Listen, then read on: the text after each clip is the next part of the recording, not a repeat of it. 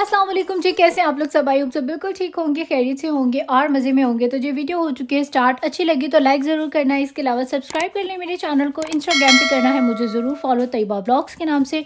और अब आ जाते हैं जी अपने ब्लॉग की तरफ। तो यहाँ पर जी मेरी जितनी भी ऑर्डिनरी प्रोडक्ट्स की रेंज थी स्किन केयर की, वो सारी की सारी हो चुकी हैं कंप्लीट। और ये काफ़ी सारी, मतलब इसकी काफ़ी सारी जो रेंज है वो मैंने ले ली, क्योंकि मैंने इसकी बहुत ज़्यादा तारीफ़ सुनी थी। और ऑनेस्ट इनको भी मैंने बहुत ज़्यादा जो है यूज़ नहीं किए। इनमें से कुछ चीज़ें जो है वो मैंने काफ़ी यूज़ की हैं, और उनका इंशाल्लाह ताला 1 बाय 1 आपके साथ जो हूँ मैं सारा रिव्यू और उसके जो रिज़ल्ट्स मुझे आए हैं वो शेयर करूँगी। और उसके बाद यहाँ पर मेरी एक सब्सक्राइबर ने मुझसे पूछा था रिवाज यूके के ये सीरम्स, ये वैसे मैं पाकिस्तान से लेके आई थी तीनों, और उन्होंने कहा था कि इनके बारे में भी जो है वो बताएं। उन्होंने वैसे विटामिन सी के बारे में पूछा था। तो जी सबसे पहले विटामिन सी पे आते हैं। तो जी इसका काफ़ी वाटर बेस्ड टाइप सा जो है वो सीरम है, और सर्दियों में जैसे कि आपकी स्किन को अगर मॉइस्चराइज़ वगैरह करे तो ऐसा कुछ भी नहीं है। आई थिंक ये थोड़ा बहुत अगर अच्छा काम करेगा तो समर्स में करेगा, क्योंकि समर में जैसे आपकी स्किन थोड़ी सी जो है मॉइस्चराइज़ होना ज़रूरी होती है, तो इस हिसाब से अच्छा। लेकिन अगर बात की जाए इसके ब्राइटनिंग इफ़ेक्ट की तरफ, तो मुझे ऐसे इससे ऐसा कोई ख़ास रिज़ल्ट जो है वो नहीं मिला। सिर्फ ये कि समर में आपकी स्किन को हल्का सा जो है वो मॉइस्चराइज़ कर देता है, जैसे कि कोई सा भी सीरम कर देता है। और उसके बाद हाइलुरोनिक जो एसिड है ये भी इसी तरह का, इसकी भी काफ़ी रनी सी कंसिस्टेंसी है, वाटर बेस्ड सीरम है बेसिकली ये। और ये भी मुझे लगता है कि आपके फेस को बहुत ज़्यादा मॉइस्चराइज़ नहीं करता है, या उससे कोई ऐसे ख़ास ब्राइटनिंग रिज़ल्ट्स मुझे नहीं आए हैं। हर किसी की स्किन डिफरेंट होती है, मे भी किसी के आते हों अच्छे रिज़ल्ट इसको यूज़ करने के बाद, बट मुझे पर्सनली इसके कोई ख़ास ऐसे रिज़ल्ट नहीं है। आप देख लें हाफ़ बॉटल्स जो हैं उनकी मैंने यूज़ कर ली थी। इनमें से अगर मुझे कुछ अच्छा लगा है तो वो ये वाला लगा है 24K गोल्ड, और इसकी जो कंसिस्टेंसी है वो ऐसे है जैसे कि हाइलुरोनिक एसिड की होती है। मुझे तो पर्सनली ऐसा लगा है जैसे जो गोल्ड सीरम है ये इनका हाइलुरोनिक एसिड है, और जो हाइलुरोनिक एसिड है वो पता नहीं क्या चीज़ है, क्योंकि जो 24K है वो थोड़ा सा मतलब ना थिक है, जैसे कि कोई सा भी हाइलुरोनिक एसिड जो है उसकी कंसिस्टेंसी होती है थोड़ी सी थिक फॉर्म में आता है, मतलब वो। तो जी ये था मेरा रिव्यू। मुझे पर्सनली इनमें से कुछ भी इतना ख़ास पसंद नहीं आया है। और अब आ जाते हैं जी यहाँ पर अपनी इस स्टिलमेंस क्रीम की तरफ। तो ये मैंने आप लोगों के साथ शेयर किया था कि मैं लेके आई थी इंडियन स्टोर से, यहाँ से ये सारी चीज़ें मिल जाती हैं। तो ये स्टिलमेंस जो है यहाँ पर, ये जो दूसरी वाली रेड वाली है ना, ये मेरे पास पुरानी पड़ी हुई है, इसकी ये खाली डब्बी है, इसके अंदर कुछ भी नहीं है।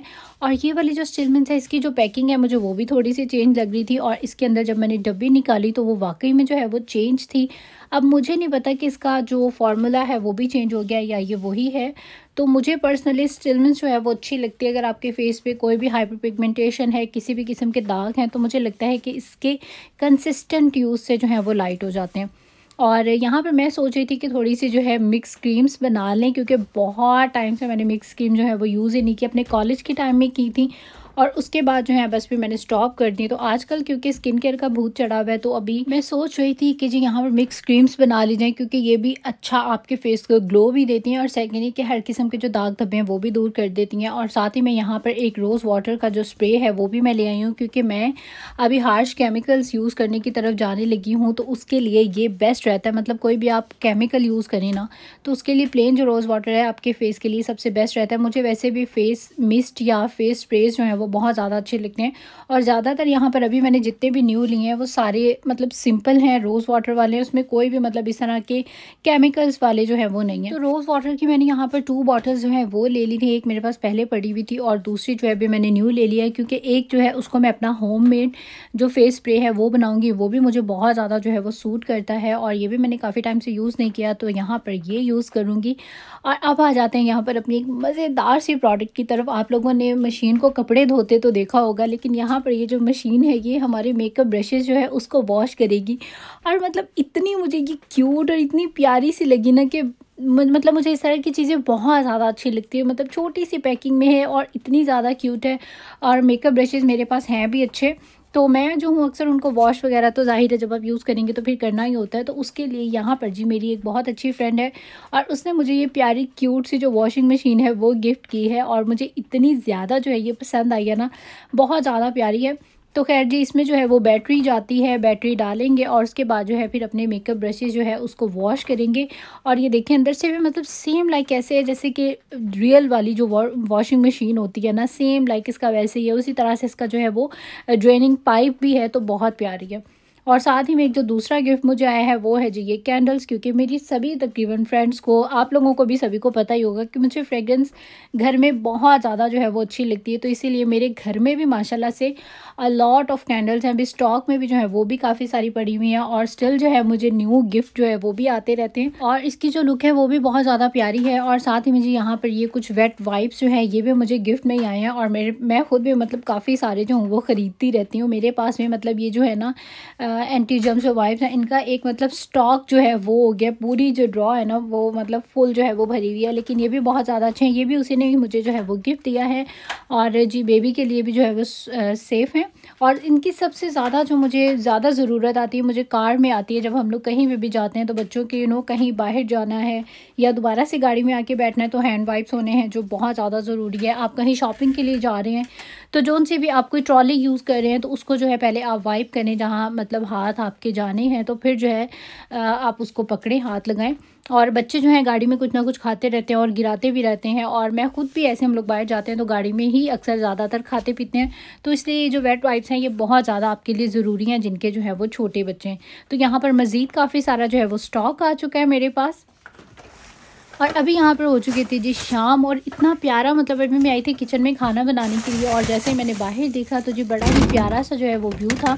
तो मैंने कहा कि इसको जो है ना बाहर जाकर एंजॉय करना चाहिए। बच्चे अभी दोनों अंदर थे तो मैंने कहा चलो मैं गार्बेज जो हूँ वो नीचे फेंकने के लिए जा रही थी, तो मैंने कहा साथ ही में जो है ना थोड़ा सा स्ट्रीट का भी जहाँ तक मुमकिन हो सका तो चक्कर लगा के आते हैं। और साथ ही में मैंने कहा आप लोगों को भी दिखाती हूँ कि बाहर स्नो की जो सिचुएशन है वो क्या है। तो जी यहाँ पर बड़ी प्यारी सी शाम थी। जब शाम होती है ना तो मतलब बहुत ही प्यारा मुझे अपनी स्ट्रीट का व्यू लगता है, क्योंकि हर घर में जो है वो डिम डिम सी लाइट्स होती हैं और थोड़ी थोड़ी ब्राइटनेस होती है, थोड़ी थोड़ी डार्कनेस होती है, तो वो ओवरऑल बहुत ज़्यादा अच्छा लगता है। और बच्चों वाली माएँ ना मतलब कुछ भी नहीं कर सकती हैं। अभी मैं सीढ़ियाँ उतरी भी नहीं थी और पीछे ही मेरा बेटा आ गया कि जी आप कहाँ जा रही हैं और वापस आएँ, मुझे भी लेके जाएँ। मतलब ना बहुत मुश्किल हो गया, यकीन करें।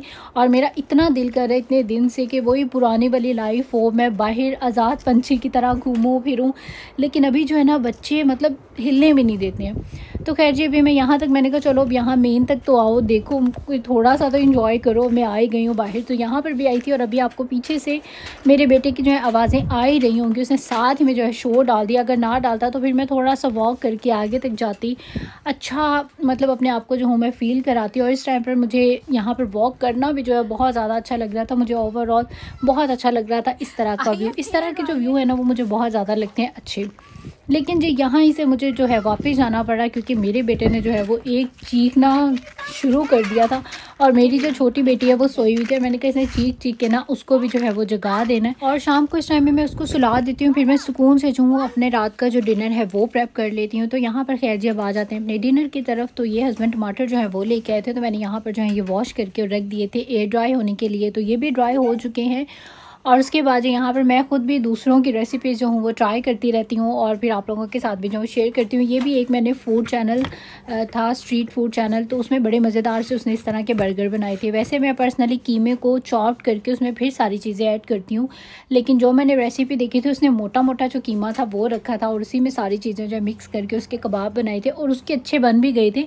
तो खैर जी यहाँ पर मैंने भी उसी की रेसिपी को जो है वो फॉलो करते हुए जी बना लिया। लेकिन ये जो है ना उतने ज़्यादा मतलब वो जैसे कहते हैं ना पक्के वाले जुड़े हुए कबाब वैसे नहीं थे, मतलब खुले भी नहीं थे और इतने मज़बूत भी नहीं थे। जब आप बाइट करें तो वो थोड़े से जो है ना खुल जा रहे थे, तो इस तरह के थे। खैर मैंने इनको अच्छे से अंडे में कोट वगैरह करके फिर बनाया था।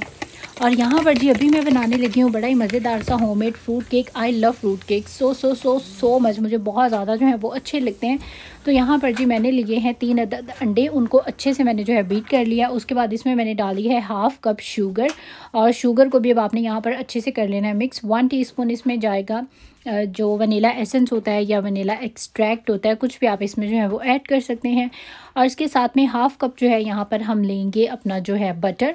इसको आप मेल्टेड करके भी डाल लें, लेकिन मैंने जो है एज़ इट इज़ डाल दिया था क्योंकि इसने भी सारा जो है बीच में मेल्ट हो ही जाना था। तो जी हाफ़ कप मैंने यहाँ पर ले लिया था वो। और उसके अलावा आप इसमें एक्स्ट्रा अपनी पसंद के हिसाब से जो है अगर चाहें तो ड्राई मिल्क जो पाउडर होता है वो भी आप इसमें जो है वो डाल सकते हैं। मैंने वैसे थोड़ा सा डाला था। और इतना कोई मज़ेदार वाला जो केक है ना वो बना था।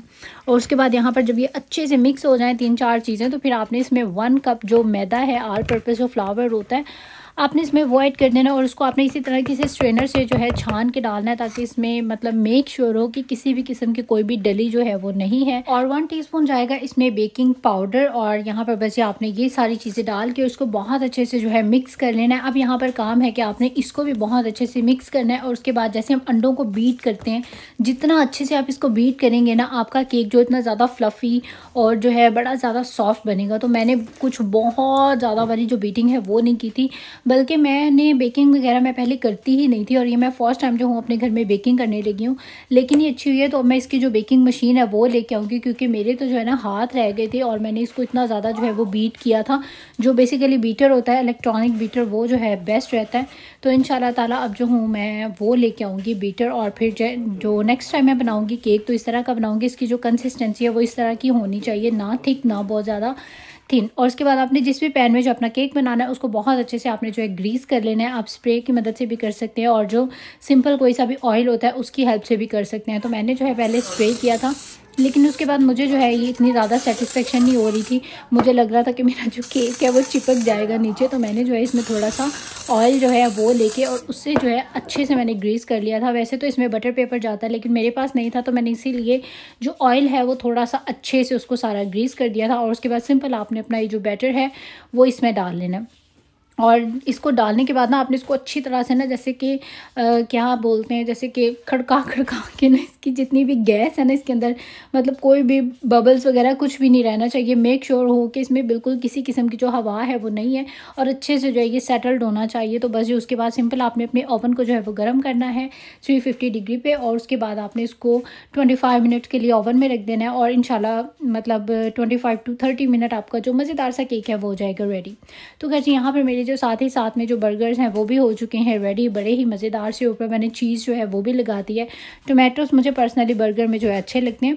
तो यहाँ पर हमारा जो मज़ेदार सा बर्गर है वो हो चुका है रेडी, और वीक में एक दिन मेरे घर में जंक जो है वो ज़रूर बनता है। मुझे तो पर्सनली बहुत ज़्यादा अच्छा लगता है। तो डेली बेसिस पर हम लोग दाल रोटी सालन जो होता है मतलब सिंपल वो ही खाते हैं, लेकिन वीक में एक डे हमारा शुरू से जो है वो ऐसा जाता है पिज़्ज़ा, बर्गर, सैंडविचेस और जो चिकन रोस्ट या इस तरह का कुछ भी जो है वो। और साथ ही में कोक जो है वो बिल्कुल ही यहाँ पर थी जी गर्म, क्योंकि हम फ्रिज में रायन की वजह से नहीं रखते हैं, वरना ये एक के बाद एक पूरा डब्बा जो है ना कि एक दिन में ही ख़त्म कर दे। तो इसीलिए मैं ना पीछे छुपा के रखती हूँ बोतलें, और बस कभी कभार जो हूँ वो निकालती हूँ जब मैंने खुद इसको जो है वो देनी होती है। और ये देखें यहाँ पर हमारा मज़ेदार सा जो फ्रूट केक है वो हो चुका है रेडी, और मैं आपको बता नहीं सकती हूँ कि मुझे कितनी ज़्यादा जो है वो खुशी हो रही है। आप लोगों के साथ मैंने पहले भी शेयर किया था, मैं एडिसन जाती थी और वहाँ से जाके मैं फ्रूट केक स्पेशल लेके आया करती थी, और वो जो है जल्दी ना खाओ तो अकड़ जाते हैं, और मैं इसको बहुत ज़्यादा करती थी मिस। लेकिन यकीन करें इतनी मज़ेदार की recipe, same to same like वही मज़ा जो कि पाकिस्तान की बेकरीज़ के जो फ्रूट केक होते हैं उनका आता है। इतना मज़ेदार जो आपका फ्रूट केक है खुद घर में बन जाता है, और घर में बनी हुई चीज़ें बहुत ज़्यादा अच्छी होती हैं। आपको पता होता है कि इसमें आपने क्या डाला है, अपने टेस्ट के हिसाब से आप इसमें कुछ भी जो है वो ऐड कर सकते हैं। जैसे कि इसमें मैंने थोड़ा सा अपने टेस्ट के हिसाब से जो है ड्राई मिल्क पाउडर ऐड किया था। हालांकि रेसिपी अगर आप इसकी देखें तो इसमें कुछ भी इस तरह की जो है वो चीज़ नहीं थी, लेकिन इतना मज़ेदार जो है वो केक बना था। और जो भी लोग स्पेशली आउट ऑफ कंट्रीज़ में रहते हैं तो सभी को पता ही होगा कि यहाँ पे जो केक है वो बहुत ज़्यादा मतलब मीठे का मतलब ना एक्स्ट्रा वाला जो है मीठा होता है। तो अगर आप अपने घर पे बनाएं, आप अपने टेस्ट के हिसाब से जो इसमें मीठा रखें। जो आधा कप मैंने इसमें चीनी डाली थी मेरे हिसाब से जो है वो परफेक्ट था, और अगर आप चाहें तो इससे भी ज़्यादा आप कम कर सकते हैं। और मज़ेदार सा जो आपका फ्रूट केक है वो घर में ही हो जाता है तैयार। तो आप लोग ज़रूर जो है वो ट्राई कीजिएगा। इसमें आप लोग कुछ एक्स्ट्रा चीज़ें भी डाल सकते हैं, ड्राई फ्रूट्स भी डाल सकते हैं, और इसके अलावा वो जो होते हैं यार उसको क्या बोलते हैं मुरब्बा वगैरह वो भी डाल सकते हैं। तो मैंने क्योंकि फ़र्स्ट टाइम बनाया, अब जब जाऊँगी तो फिर मुरब्बा वगैरह भी लेके आऊँगी और उसमें वो भी डालूँगी, वो भी बहुत ज़्यादा लगते हैं अच्छे। और ये है जी हमारे केक की फ़ाइनल लुक जो कि बहुत ही ज़्यादा मज़ेदार है। खा के तो बस मुझे ना मज़ा आ गया, और अब मेरे घर में जो है ये आए दिन बना होगा क्योंकि बहुत ज़्यादा अच्छा लगा। मेरे हस्बैंड भी बहुत ज़्यादा तारीफ़ कर रहे थे, यकीन करें उन्हें भी बहुत ज़्यादा अच्छा लगा। तो खैर अभी जो है मैंने यहाँ पर एक जो ब्रेड है होममेड वो भी बनानी ट्राई करनी है, क्योंकि मुझे पर्सनली यहाँ की जो ब्रेड है वो भी अच्छी नहीं लगती, बिल्कुल भी पाकिस्तान जैसी नहीं है। उसके सैंडविचेस अच्छे लगते हैं, लेकिन एज ए ब्रेकफास्ट अगर आप वो वाली ब्रेड लें तो मुझे पर्सनली अच्छी नहीं लगती है। तो इंशाल्लाह ताला अब नेक्स्ट में जो मैं बनाऊंगी वो मैं बनाऊंगी जी होममेड ब्रेड बहुत जल्दी, वो भी आपके साथ करूंगी रिव्यू शेयर। तो यहाँ पर मैंने इसको एक डब्बे में डाल के रख लिया है, और अभी यहाँ पर इसके साथ मैं स्पेशल बनाऊँगी मज़ेदार सी चाय और इन्जॉय करूँगी जी अपने फेवरेट से फ्रूट केक।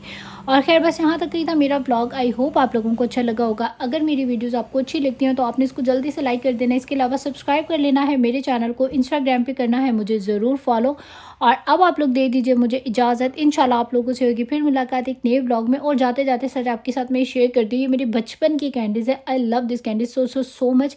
ये बेसिकली जेलीज होती थी और इसका एक छोटा सा पैकेट मिलता था, आई थिंक 5 रुपीज़ का या 10 रुपीज़ का। तो बस ये अभी ये रायन गया था अपने डैडी के साथ बाहर टॉय वगैरह अपने लेने के लिए, तो ये ले आया। और इसको देख के मैं और मेरे हस्बैंड बात कर रहे थे कि मेरे बचपन की मतलब ना इस तरह की होती थी, छोटा सा पैकेट होता था, एक ABC वाली जेलीज हुआ करती थी और दूसरी जो है ये हुआ करती थी। तो बस यहाँ पर जो है बचपन की याद ताज़ा हो रही है। और अब आप लोग दे दीजिए मुझे इजाज़त। इंशाल्लाह आपसे होगी फिर मुलाकात। टिल देन टेक केयर, अल्लाह हाफिज़ एंड बाय बाय।